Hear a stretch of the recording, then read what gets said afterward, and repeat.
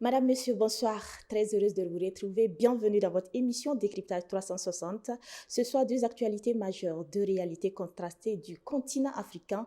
D'un côté, le Burkina Faso, côté du Mali, est retiré de la liste européenne des pays à haut risque en matière de blanchiment de capitaux et de financement du terrorisme, une avancée diplomatique et financière notable.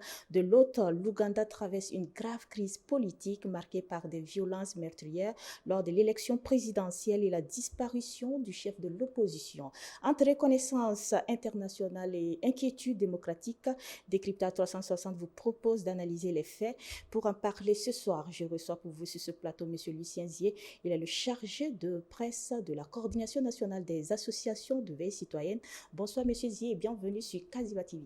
Bonsoir Madame Traoré, merci pour l'invitation. Merci surtout de l'avoir accepté. Premier sujet pour commencer, l'Union européenne retire le Burkina Faso et le Mali de la liste à haut risque. Le Burkina Faso et le Mali ne sont plus classés parmi les pays à haut risque en matière de blanchiment de capitaux et de financement du terrorisme par l'Union européenne. Une décision officielle donc qui marque un tournant important tant sur le plan financier que diplomatique. Alors, Monsieur Zier, que signifie réellement cette sortie de la liste à haut risque et qu'est-ce qui a véritablement changé? Véritablement, il faut dire que nos nations, le Mali et le Burkina Faso, sont dans une dynamique de refonte de l'État, des différents États.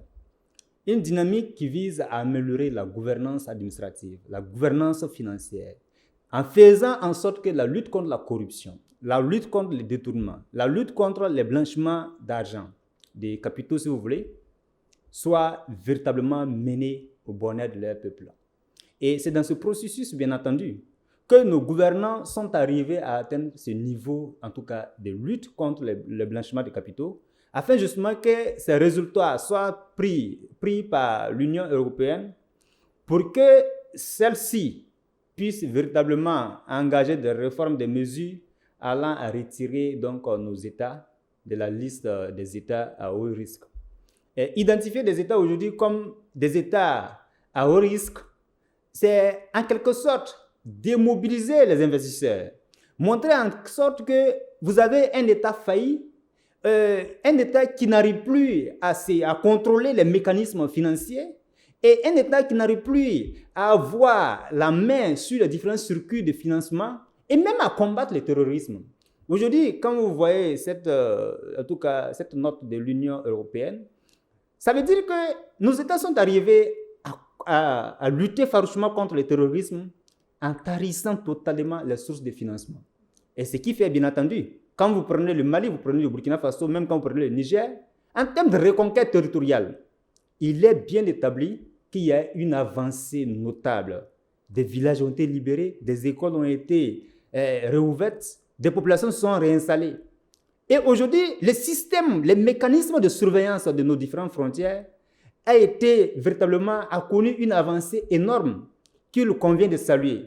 Donc, ça veut dire que le dispositif de répression de tous ceux qui sont dans ces fraudes, c'est-à-dire que dans des transactions ou des flux financiers transfrontaliers, les dispositifs ont permis véritablement de combattre tous ceux qui se sont engagés dans cette logique.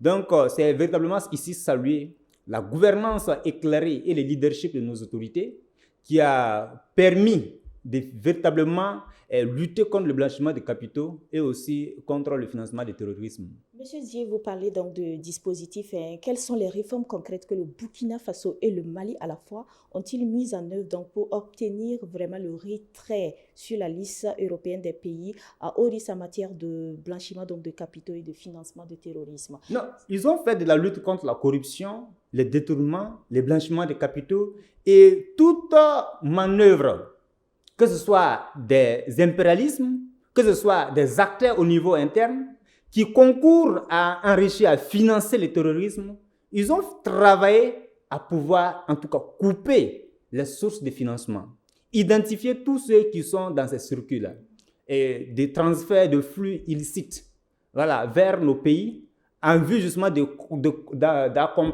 contribuer au financement de ce phénomène-là, que nos autorités continuent toujours à combattre avec force. Voilà. Mais quand vous regardez, Aujourd'hui, lorsque vous êtes dans une révolution, pour le cas de Burkina Faso, nous sommes dans une révolution, la révolution progressive populaire. Cette révolution aujourd'hui, c'est de faire en sorte que l'intérêt supérieur et l'intérêt de nos peuples soient mis en avant. On ne peut pas parler de l'intérêt supérieur de la nation sans parler de la lutte contre la corruption, sans parler des questions de blanchiment. Et donc, les réformes administratives, comme je le disais, les mécanismes financiers qui ont été développés par les plus hautes autorités, et ce qui a permis d'atteindre ce niveau d'avancée.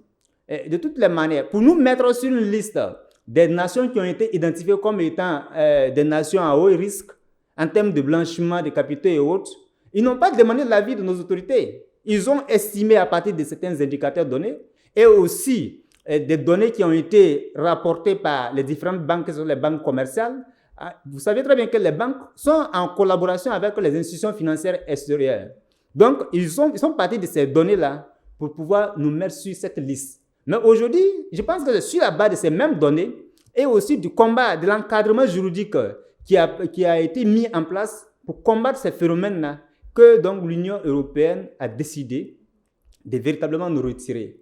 Et cela, ça va permettre à ce que le Burkina Faso continue toujours de lutter parce que nous retirer de la liste des nations qui sont identifiées comme étant des nations à haut risque, et ça ne veut pas dire que nous devrons relâcher. En ce moment, ça nous appelle à retrousser encore les manches pour pouvoir lutter pour atteindre notre développement, le développement durable de notre pays. Du coup, cette décision de l'Union européenne peut-elle être considérée donc comme une reconnaissance internationale des efforts et de la crédibilité donc des États de l'AES? Absolument. C'est une reconnaissance des efforts qui sont consentis par nos autorités. Et également, cela va mettre au centre de cette question la confiance que les investisseurs, les étrangers, les partenaires internationaux doivent avoir à l'égard des institutions de notre nation. Et aujourd'hui, lorsqu'il y a des opérations financières entre le Burkina, les institutions financières du Burkina et celles qui sont au niveau international, avec cette nouvelle mesure, il y aura une souplesse dans les procédures administratives, dans ces opérations, afin justement de faciliter les investissements dans notre pays.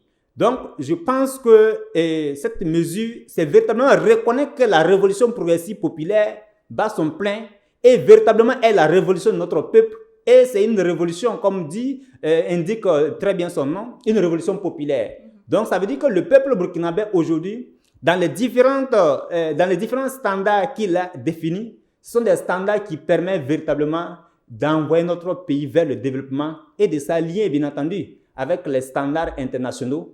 Et c'est pour dire qu'aujourd'hui, l'Union européenne ne peut plus condamner notre pays comme elle l'avait fait auparavant.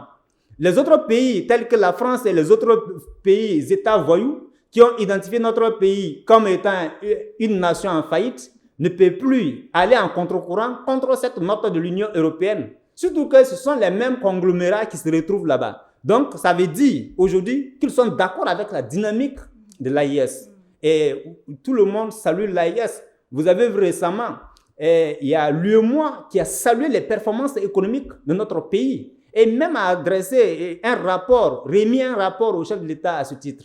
Donc, c'est pour dire, aujourd'hui, nous parlons de révolution. Et cette révolution a fini par convaincre tous ceux qui voulaient saboter nos efforts à véritablement saluer et reconnaître que c'est le peuple qui s'est bâti et que nous avons des dirigeants éclairés qui veulent véritablement lutter pour enraciner notre pays dans un développement durable. Monsieur Dian, pour terminer donc avec ce sujet, quel impact économique immédiat et à moyen terme cette sortie de la liste noire peut-elle avoir donc sur les investissements, les flux financiers et les relations bancaires internationales du Burkina Faso et du Mali? Ça veut dire qu'on va assister immédiatement à une croissance en matière donc d'investissement. Donc, nous aurons des étrangers, des partenaires qui vont beaucoup venir au Burkina pour investir dans les différents secteurs. Surtout que nous avions un environnement économique incitatif et que nous avions des dirigeants qui, aujourd'hui, par leur clairvoyance, ont défini des mécanismes qui facilitent des investissements. À court terme, nous allons assister à ce phénomène. Et à long terme, nous allons assister au fait que le Burkina Faso, dans son processus d'industrialisation, qu'il puisse véritablement arriver à des grandes réformes qui permettent d'améliorer le tissu productif national. Donc, quand on assiste à beaucoup d'investisseurs qui viennent dans les différents secteurs, donc on pourra donc facilement transformer nos produits et ce qui va permettre de pallier le problème de chômage et également de produire ce que nous consommons. Et cela aura un impact sur donc, le développement économique et social de notre pays.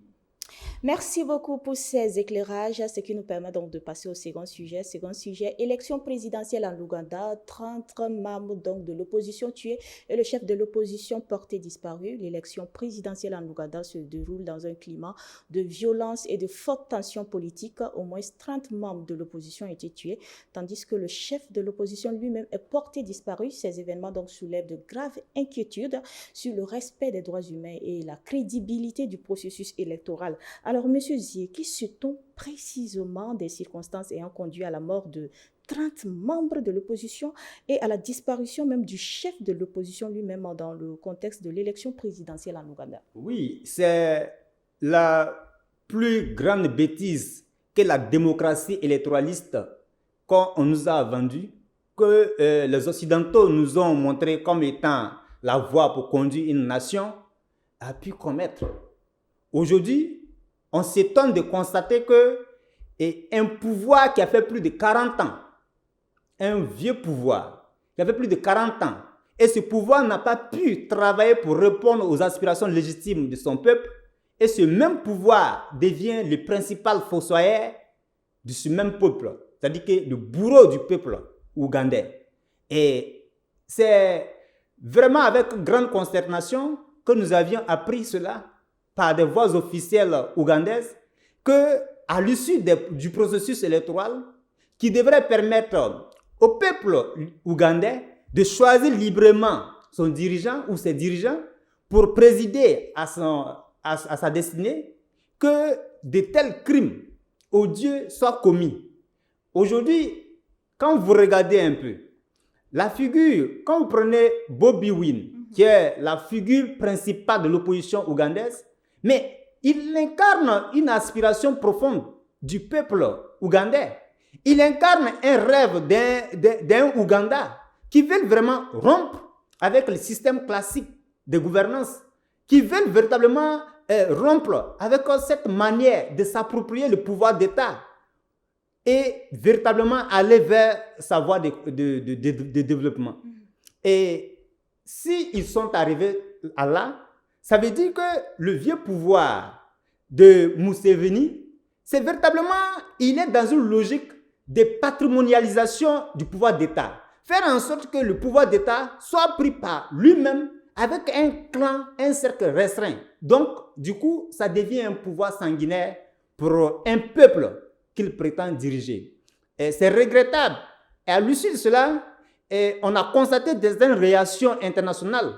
Pas pour dire de respecter la démocratie qu'eux-mêmes ont importée, mais pour s'inquiéter sur la question de la stabilité nationale. Mais ils ne parlent plus de la démocratie. Ici, la démocratie est prise seulement que sous le prisme de l'électorat. Comment passer, briguer, changer la constitution pour briguer autant de mandats.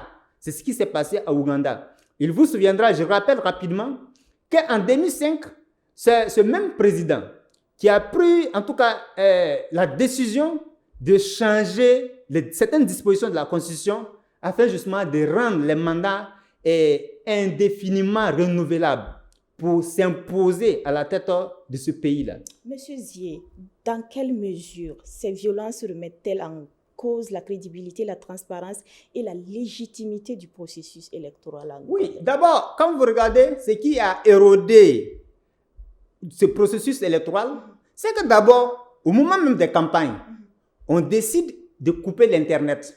Un moyen de communication à l'ère du numérique. Mais si vous coupez l'Internet à un peuple qui devrait permettre au peuple de s'informer et de constater les cas de fraude, mais vous coupez l'Internet, c'est pourquoi? Il contrôle par ricochet l'information. Et également, les cas de fraude qui ont eu lieu dans les bureaux de vote, mais ont été révélés par l'opposition. Mais si ce même pouvoir revient dire qu'ils ont neutralisé 30 et avoir l'armée à son côté, les forces de défense et de sécurité à leur côté, pour pouvoir massacrer, commettre de tels crimes, mais c'est regrettable. Mais La figure emblématique de l'opposition, Bobby Wine, qui est porté disparu aujourd'hui, mais qu'est-ce qu'il n'a pas fait? Qu'est-ce qu'il n'a pas subi? Des persécutions, des arrestations, en un point fini. Et aujourd'hui, le peuple ougandais assiste de façon, en tout cas, de façon inlassable à cette situation, voilà, de commission de crimes graves. On termine donc avec ce sujet, avec cette question, quelles peuvent être les conséquences politiques, économiques et diplomatiques de cette crise électorale, tant pour les Ougandais, mais surtout pour la stabilité de la région? Oui, pour les Ougandais, il faut savoir que ça va approfondir la fracture sociale, parce qu'aujourd'hui, il n'est pas concevable de constater qu'un pouvoir, un vieux pouvoir, de plus de 40 ans, un pouvoir réactionnaire qui n'arrive pas à travailler pour le bonheur du peuple ougandais, que c'est ce même pouvoir-là qui devient le bourreau et qui tue des gens, plusieurs centaines de Ougandais sont arrêtés pour leurs opinions. Donc, quand vous avez un pouvoir comme ça, qui a décidé de tourner le dos au peuple, ça serait difficile que le peuple soit passif ou soit silencieux et complice de tels actes. Donc, à un moment donné, il y aura le groupe, les partisans du pouvoir et également le peuple réel. Ils seront donc dans une confrontation. La contestation est réelle et vive. Donc, ce qui fait d'ailleurs que les institutions internationales, voilà, ont pu vraiment réagir pour appeler donc au calme. Mais il faut dire que le problème de l'alternance politique se pose réellement en Ouganda. Donc, au niveau diplomatique, certains pays, quand vous prenez la France, vous prenez les États-Unis, ont fait le choix véritablement d'accompagner ce pouvoir-là, moribond, qui n'arrive plus à travailler véritablement. Mais pourvu que ce pouvoir puisse servir leurs intérêts. Donc, ce qui fait, bien entendu, qu'il y aura, en tout cas, des facilités, une indulgence au niveau diplomatique pour ne pas connaître des sanctions. Mais contrairement à notre pays, le Burkina Faso, lorsque nous avions décidé de prendre nos responsabilités, vous avez vu les sanctions de toutes parts. Pas pour nous appeler à une stabilité, parce que nous vivions la crise sécuritaire, mais on nous appelait à quoi? À un processus démocratique. Mais en Ouganda, ce n'est pas le cas. La démocratie ici, ils l'ont fermée. Et ce qu'ils optent, c'est pour la stabilité de l'Ouganda. Aujourd'hui, le Burkina Faso a fini par convaincre qu'il est dans une logique de l'affirmation de sa souveraineté réelle. Mais quand vous regardez, vous comparez, juste vous regardez en Ouganda, c'est un vieux pouvoir, comme je l'avais dit, préoccupé donc par le fauteuil, à diriger un clan et satisfaire les intérêts donc des impérialistes. Merci beaucoup, Monsieur Lucien Nzié, pour ces clés de lecture. Je rappelle que vous êtes le chargé de presse de la CNAVC. Merci pour votre disponibilité. C'est moi qui vous remercie. Ainsi s'achève notre émission Décryptage 360. Ces deux situations illustrent les défis auxquels font face les États africains entre crédibilité internationale et exigence démocratique. La sortie donc du Burkina Faso et du Mali de la liste européenne à haut risque ouvre les perspectives importantes, mais qui exigent une vigilance constante. À l'inverse, donc, la crise électorale en Ouganda rappelle que la stabilité politique, respect des droits humains et la transparence électorale demeurent essentiels. Merci beaucoup pour votre aimable attention. À très bientôt pour un nouveau numéro de Décryptage 360. Bonsoir chez vous.